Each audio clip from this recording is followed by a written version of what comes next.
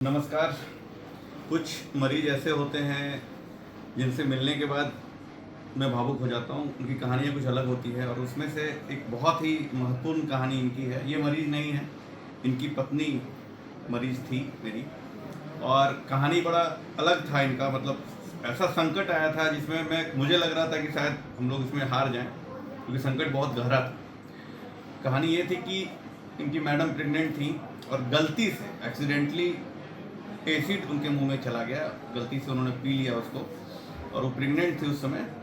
तो उनको जोड़ का दर्द उठा, नज़दीकी अस्पताल ये ले गए। एक दिन के बाद उनको थोड़ा रिलीफ हुआ, वो घर लेके आ गए। घर आने के बाद ये दिल्ली में रहते थे, दिल्ली चले गए।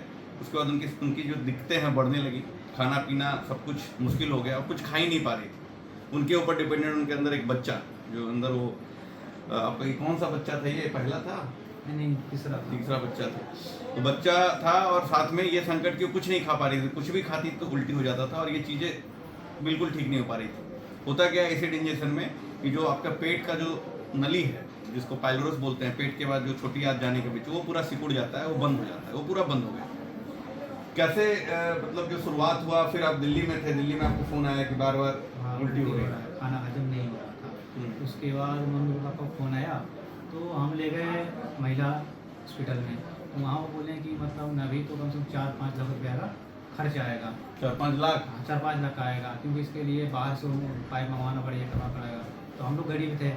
फिर हम लोग नज़दीकी सदर अस्पताल हाजीपुर गए, वहाँ से रेफर कर दिए पटना PMC में। फिर वहाँ भी नहीं हुआ तो वहीं पर एक डॉक्टर साहब ने हमें मतलब बताया कि सर ऐसे रहते हैं वहाँ पे, मलाई पकड़ी में आप चले जाओ। तो सर आए, सर से मुलाकात की।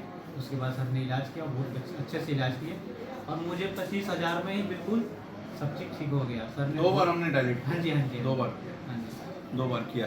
तो सबसे बड़ी संकेत ये थी कि अगर वो डायलिटेशन किया जाए तो इतना स्थिति वहाँ का खराब था, इतना घाव बना को फटने का डर था। ऊपर से अगर सर्जरी होती तो बच्चा नहीं बचता, तो बच्चा का लॉस हो जाता। तो हम लोग बहुत क्रिटिकल कंडीशन में फंसे हुए थे।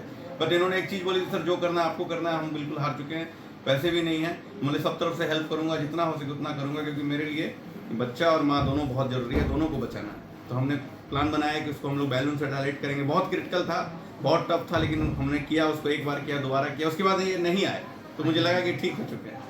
आज लगभग कितने दिन बाद आप आए हैं? मैं तकरीबन 1 साल बाद आया हूँ। ये 1 साल बाद आए हैं। आज मैं खुश हूँ, इसलिए भावुक हूँ इसलिए क्योंकि उन्होंने आते के साथ बोला, सर मैं वही हूँ जिनका आपने वो ऑपरेशन किया था बिना चीर फाड़ के। आज एक बेटा हुआ, बेटा हुआ है, इनके साथ उनकी दादी भी आई। ये लोग बहुत खुश हैं कि बेटा हुआ है, बच्चा भी ठीक है और माता भी ठीक। अब खुश हैं? हाँ जी, बिल्कुल खुश है सर। बहुत अच्छे साहब हैं, डॉक्टर हैं, बिल्कुल रिलैक्स से हर चीज़ बातचीत हर चीज़ करते हैं। मतलब बहुत प्यारे हैं सर। क्या बताऊँ इनके, मैं बता नहीं सकता इनके बारे में। मैं इनका जब भी फेसबुक वीडियो देखता हूँ तो मुझे आंसू आ जाता है। मैं सर को पूरा बात है बताया हूँ। आज आपको देख के हमको आंसू आ गया जब आप पहली बार बोले कि बेटा हुआ है सर। ठीक है, बहुत अच्छा लगा। और मुझे लगता है कि यही सब जो चीज़ है ना, इसके कारण हम लोग काम कर पाते हैं, इतना थकावट नहीं होती। आप लोग जैसे लोग आते हैं बोलते हैं कि सर ऐसा हुआ है, तो ये चमत्कार ही था कि सब कुछ बढ़िया से होता गया। भगवान इस बार आपके साथ है और आगे भी बढ़िया रहेगा। Thank you.